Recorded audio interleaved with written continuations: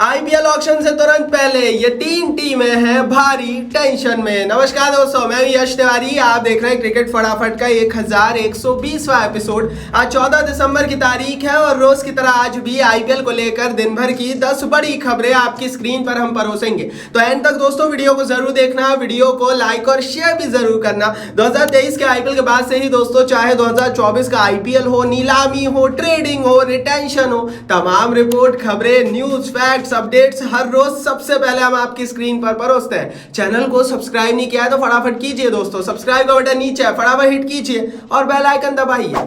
चलिए दोस्तों, शुरुआत कर लेते हैं इस वीडियो की आज दिन भर की पहली बड़ी खबर के साथ। तो ये रिपोर्ट आ रही है दोस्तों आईपीएल की ब्रांड वैल्यू के हवाले से। 2023 के आईपीएल के बाद अब जो आईपीएल की ब्रांड वैल्यू है, इसे सुनकर हर एक इंडियन क्रिकेट फैन का सीना चौड़ा होने वाला है दोस्तों, क्योंकि कल टाइम्स ऑफ इंडिया ने ये रिपोर्ट किया है कि आईपीएल की जो ब्रांड वैल्यू है वो डेकाकॉर्न हो चुकी है। 10 बिलियन यूएस डॉलर मतलब 85,000 करोड़ हिंदुस्तानी रुपए पहुंच चुकी है।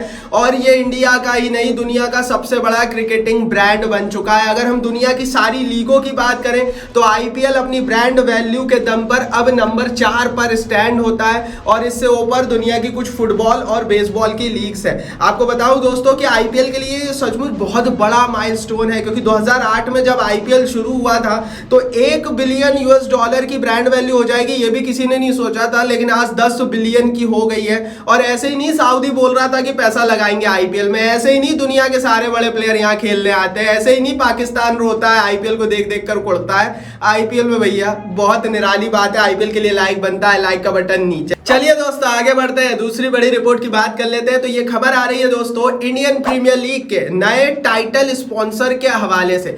राइट नाउ दोस्तों आपको पता होगा कि आईपीएल को टाटा आईपीएल के नाम से जाना जाता है और Tata company Indian premier league की टाइटल स्पॉन्सर है। इससे पहले डीएलएफ थी, पेप्सी थी, वीवो थी, लेकिन 2024 से 2028 के लिए अब नया टाइटल स्पॉन्सर आएगा, क्योंकि बीसीसीआई ने टेंडर निकाल दिए हैं। जो भी इंटरेस्टेड कंपनियां हैं वो अब टेंडर भरेंगी और जो ज्यादा पैसा दे देगा सालाना दर पर उसे भैया अब टाइटल स्पॉन्सरशिप मिल जाएगी। ये टाइटल स्पॉन्सरशिप दोस्तों 2024, 25, 26, 27, 28 मतलब 5 सालों के लिए बीसीसीआई ने निकाली है। इससे पहले टाटा के पास जो अभी टाइटल स्पॉन्सरशिप थी वो 2 साल के लिए थी और उससे पहले वीवो बीच में छोड़कर चला गया था। तो दैट्स व्हाई भैया ये नया स्पॉन्सर अब आने वाला है। देखते हैं कौन आता है, आपके हिसाब से कौन सी कंपनी आएगी? क्या अडानी आने वाला है? बताना आप नीचे कमेंट बॉक्स में।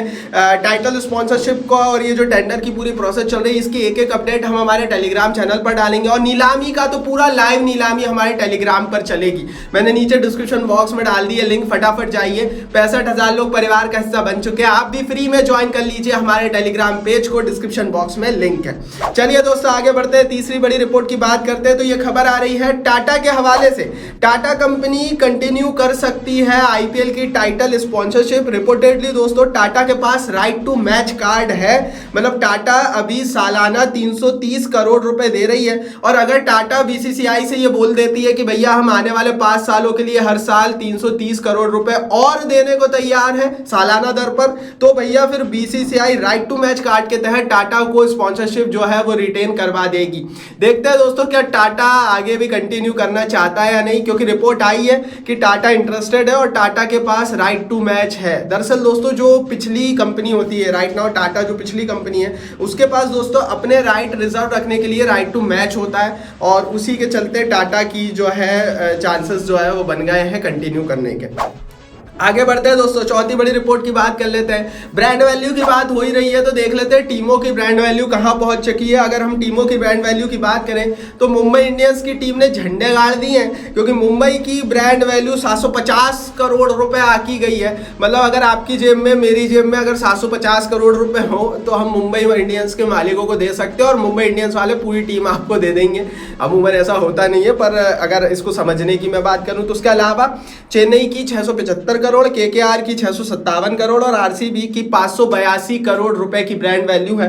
टॉप 4 में दोस्तों सबसे ऊपर मुंबई इंडियंस ही अभी की स्थिति में नजर आ रही है। चेन्नई सुपर किंग्स की रिसेंटली धीरे धीरे ब्रांड वैल्यू गिर रही है, क्योंकि महेंद्र सिंह धोनी का संन्यास करीब है और जिस साल धोनी संन्यास ले लेंगे उसके बाद चेन्नई की ब्रांड वैल्यू में बहुत ज्यादा इजाफा नहीं होगा। क्योंकि यार देखो, ये जो ब्रांड वैल्यू बनती है और जो बढ़ती है ना, वो टीम के परफॉर्मेंस से ज्यादा खिलाड़ियों के फेसेस पर बढ़ती है। और इस समय चेन्नई के पास धोनी रूपी फेस है, जिसके चलते इनकी ब्रांड वैल्यू लगातार बढ़ रही है। धोनी जाएंगे तो फिर चेन्नई वालों को दिक्कत आएगी। अब देखते हैं दोस्तों, धोनी आगे क्या मेंटर के रूप में भी चेन्नई के साथ जुड़े रहते हैं या नहीं।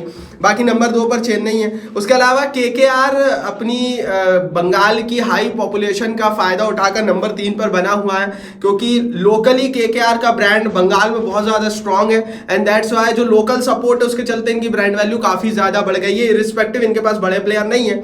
विराट के होने के बावजूद भी आरसीबी नंबर 4 पर ही बना हुआ है। रीजन है रॉयल चैलेंजर्स बेंगलोर का लगातार आईपीएल में फाइनल ना जीत पाना, अच्छा ना खेल पाना। दैट्स वाई नंबर 4 पर है, क्योंकि अगर आरसीबी 1-2 खिताब यहाँ से जीत जाए तो आरसीबी की ब्रांड वैल्यू यहाँ से डबल हो सकती है, 1000 करोड़ के आसपास हो सकती है। चलिए दोस्तों आगे बढ़ते हैं। अब 5वीं बड़ी रिपोर्ट की यहाँ से बात कर लेते हैं। तो ये खबर आ रही है केएल राहुल के हवाले से।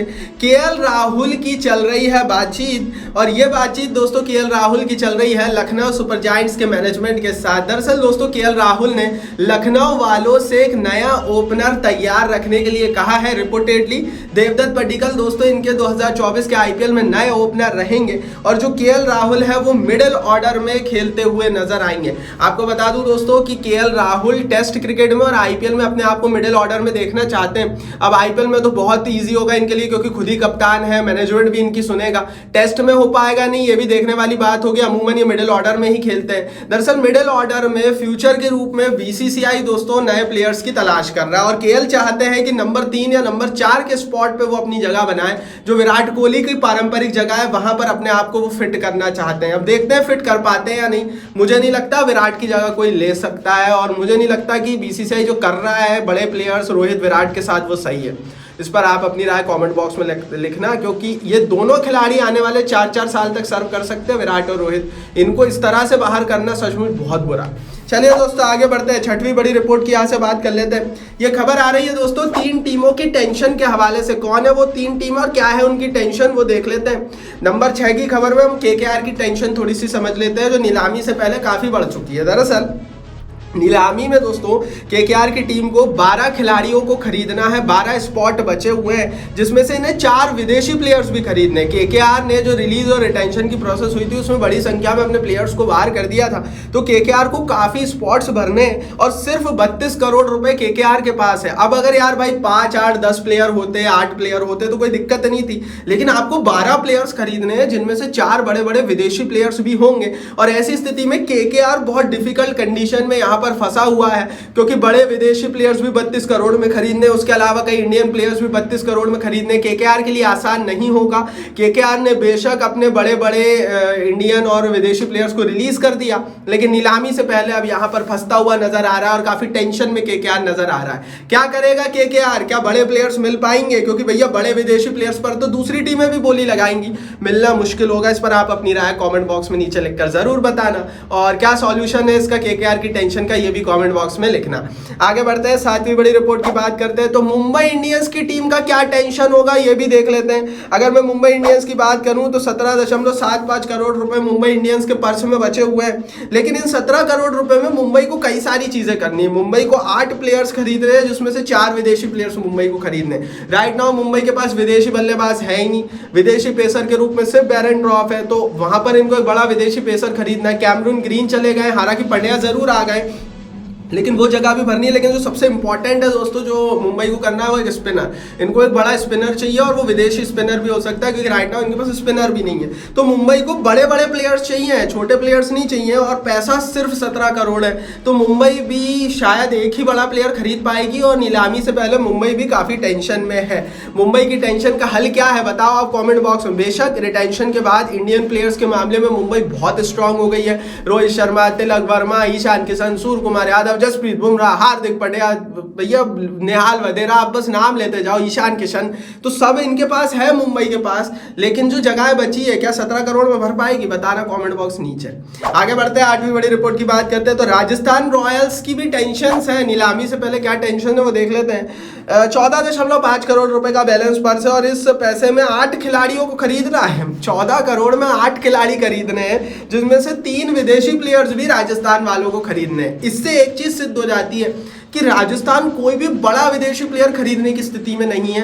देसी प्लेयर भी कोई भी बड़ा 8-10 करोड़ का खरीदने की स्थिति में राजस्थान नहीं है। अब वो जो छोटे प्लेयर्स राजस्थान खरीदेगी, क्या वो भी खरीद पाएगी 3-3, 4-4 करोड़ में? क्योंकि उन पर भी बिडिंग लगेगी। ये भी बड़ी टेंशन की बात है। अमूमन नीलामी में होता दोस्तों ये है कि जो 3-4 करोड़ वाले प्लेयर्स होते हैं ना, वो बहुत ज़्यादा इंपॉर्टेंट हो जाते हैं और उनको ले पाना ज़्यादा कठिन हो जाता है, क्योंकि जो बड़ी प्राइस के प्लेयर है वो तो सिर्फ बड़ी और बड़े बैलेंस पर वाली टीमें ही ले सकती है, लेकिन राजस्थान दोनों जगह से फंसी हुई है। इसलिए राजस्थान भी टेंशन में। इनका क्या हाल है कॉमेंट बॉक्स में बताना और लाइक ज़रूर कर देना, क्योंकि ये तीनों टेंशन सबसे पहले हमने आपको निकाल कर ला के दी है। आगे बढ़ते हैं दोस्तों, ऐसे बात कर लेते हैं दिन भर की 9वीं बड़ी रिपोर्ट की। ये खबर आ रही है लखनऊ सुपर जायंट्स के कैंप से। यूपी T20 लीग हुई थी, जिसमें समीर रिजवी ने काफ़ी अच्छा प्रदर्शन किया था, बल्लेबाज हैं। अब इनको दोस्तों कॉल किया है लखनऊ सुपर जायंट्स वालों ने। इनको ट्रायल्स के लिए लखनऊ वालों ने नीलामी से तुरंत पहले बुलाया है।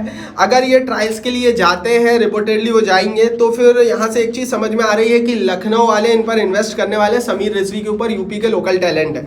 आपको बताऊं दोस्तों कि ये जो समीर रिजवी है, ये लखनऊ के प्लान में फिट बैठते हैं, क्योंकि लखनऊ को इंडियन बल्लेबाज चाहिए। इनके पास केएल है, इन्होंने पडिक्कल लाए हैं, लेकिन इंडियन बल्लेबाजी काफ़ी कमज़ोर है लखनऊ की, और इंडियन बल्लेबाज नीलामी में भी उस तरह से है नहीं। तो जाहिर है ले देकर लखनऊ की नजर लोकल टैलेंट पर है, एंड दैट्स व्हाई इन्होंने रिजवी को बुलाया है। देखते हैं क्या नया चेहरा उभरता है आईपीएल में इस बार रिजवी के रूप में लखनऊ की टीम में, देखने में मजा आएगा। आगे बढ़ते हैं, 10वीं बड़ी रिपोर्ट की बात करते हैं तो शाकिब अल हसन के हवाले से रिपोर्ट है।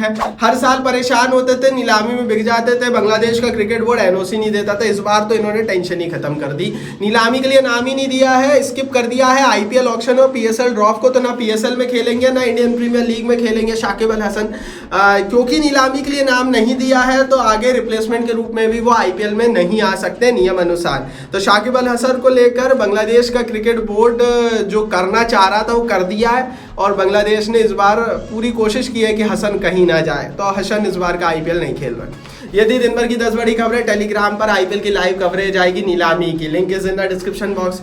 इस वीडियो को लाइक और शेयर कर दो, और सब्सक्राइब नहीं किया तो सब्सक्राइब का बटन नीचे फटाफट हिट करके बेल आइकन दबाओ।